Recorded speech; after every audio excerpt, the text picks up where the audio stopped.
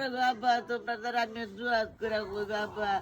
আমার একটা দেয়া নাই পয়সা না আমি চিকিৎসা করতে পারি না